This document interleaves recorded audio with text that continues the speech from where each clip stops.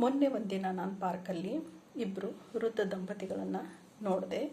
ಅವರು ಪ್ರತಿದಿನ ಏನು ಮಾಡ್ತಿದ್ರು, ಒಂದು ಐಷಾರಾಮಿ ಕಾರಲ್ಲಿ ಅಲ್ಲಿ ಪಾರ್ಕಿಗೆ ಬರ್ತಾಯಿದ್ರು. ಅವರು ಸ್ವಲ್ಪ ಹೊತ್ತು ಮೌನವಾಗಿ ಕುಳಿತುಕೋತಾ ಇದ್ದರು.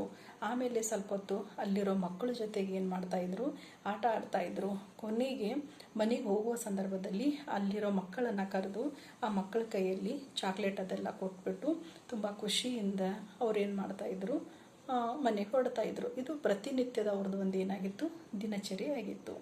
ಒಂದು ದಿನ ನಾನು ಅವ್ರನ್ನೇನು ಮಾಡಿದೆ, ಮಾತಾಡಿಸಿದೆ. ಯಾಕೆ ಹೀಗೆ ಅಂತ ನಾನು ಅವ್ರಿಗೆ ಕೇಳಿದಾಗ ಅವರು ತುಂಬ ಒಂದು ಭಾರವಾದ ಮನಸ್ಸಿನಿಂದ ತಮ್ಮ ಒಂದು ವೇದನೆಯನ್ನು ಅವ್ರೇನು ಮಾಡಿದರು, ನನ್ನ ಹತ್ರ ಹೇಳ್ಕೊಂಡ್ರು. ಏನು ಅಂತ ಹೇಳಿದ್ರೆ, ಅವ್ರಿಗಿನ್ನೂ ಇಬ್ಬರು ಮಕ್ಕಳಿದ್ದಾರ, ಅವರು ಮೊಮ್ಮಕ್ಕಳು ಇದ್ದಾರ. ಅವರೆಲ್ಲ ಏನು ಮಾಡಿದಾರ, ವಿದೇಶದಲ್ಲಿ ಸೆಟ್ಲಾಗಿದ್ದಾರ. ಹೌದಾ, ಇವಾಗ ನಮಗೆ ಭಗವಂತ ಎಲ್ಲ ಕೊಟ್ಟಿದ್ದಾನ, ನೀವು ಅಷ್ಟು ದೂರ ಇದ್ದು ಯಾಕೆ ದುಡಿಬೇಕು, ನಮ್ಮ ಜೊತೆ ಬರ್ರಿ, ಇಲ್ಲೇ ಇರ್ರಿ ಅಂತ ನಾವು ಅವ್ರಿಗೆ ಹೇಳಿದ್ರೆ, ಇಲ್ಲಿ ಸಿಗುವಂತಹ ಒಂದು ಶಿಸ್ತುಬದ್ಧವಾದ ಜೀವನ ಶೈಲಿ, ಒಂದು ಶಿಕ್ಷಣ ಅಲ್ಲಿ ಸಿಗ್ಲಿಕ್ಕೆ ಸಾಧ್ಯ ಇಲ್ಲ. ಹಾಗಾಗಿ ನಮಗೆ ಬರೋಕ್ಕೆ ಆಗೋದಿಲ್ಲ ಅಂತ ಅವ್ರೇನು ಮಾಡ್ತಾ ಇದ್ದಾರಂತೆ, ಖಡಾಖಂಡಿತವಾಗಿ ಹೇಳ್ತಾ ಇದ್ದಾರೆ.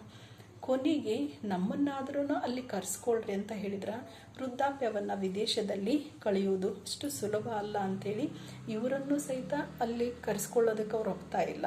ಅವರು ಸಹಿತ ಇಲ್ಲಿ ಬಂದಿರೋದಕ್ಕೆ ಏನು ಮಾಡ್ತಾ ಇಲ್ಲ, ಒಪ್ತಾ ಇಲ್ಲ. ಆ ವೃದ್ಧ ದಂಪತಿಗಳ ಒಂದು ವೇದನೆಯನ್ನು ಕೇಳಿ ನನಗಂತೂ ತುಂಬ ಬೇಸರ ಆಯಿತು. ಹಾಗಾಗಿ ನಾವು ಮಕ್ಕಳ ಕೊಡುವಂಥ ಶಿಕ್ಷಣದಲ್ಲಿ ಒಂದು 4 ಅಕ್ಷರ ಅವರು ಕಡಿಮೆ ಕಲ್ತ್ರೂ ತೊಂದರೆ ಇಲ್ಲ, 4 ಕಾಸು ಕಡಿಮೆ ಅವರು ದುಡಿದ್ರೂ ಅದರಿಂದ ನಮಗೆ ತೊಂದರೆ ಇಲ್ಲ. ನಮ್ಮ ಮಕ್ಕಳು, ನಮ್ಮ ಮೊಮ್ಮಕ್ಕಳು ನಮ್ಮ ಕಣ್ಣು ಮುಂದೆಯೇ ಇರೋ ಥರ ನಾವೊಂದು ಒಳ್ಳೆಯ ಸಂಸ್ಕಾರವನ್ನು, ಒಂದು ಒಳ್ಳೆಯ ಶಿಕ್ಷಣವನ್ನು ನಾವೇನು ಮಾಡೋಣ, ಕೊಡೋಣ. ಒಂದು ಅವರು ಅಕ್ಷರ ಕಲಿಕೆಯಲ್ಲಿ ಸ್ವಲ್ಪ ಹಿಂದಾದರೂ ಅಥವಾ ಅವರ ದುಡಿಮೆಯಲ್ಲಿ ಸ್ವಲ್ಪ ಕಡಿಮೆ ಆದರೂ ನಮಗೆ ಯಾವುದೇ ತೊಂದರೆ ಇಲ್ಲ, ಲಾಸ್ ಅಂತಿಲ್ಲ, ನಷ್ಟ ಇಲ್ಲ. ಆದರೆ ಸಂಸ್ಕಾರದಲ್ಲಿ ನಮ್ಮ ಮಕ್ಕಳು ಹಿಂದೆ ಉಳಿದ್ರೆ ನಮ್ಮ ಕುಟುಂಬಕ್ಕೂ ನಮ್ಮ ಸಮಾಜಕ್ಕೂ ತುಂಬಲಾರದ ಒಂದು ನಷ್ಟ ಆಗತ್ತೆ ಅಲ್ವಾ.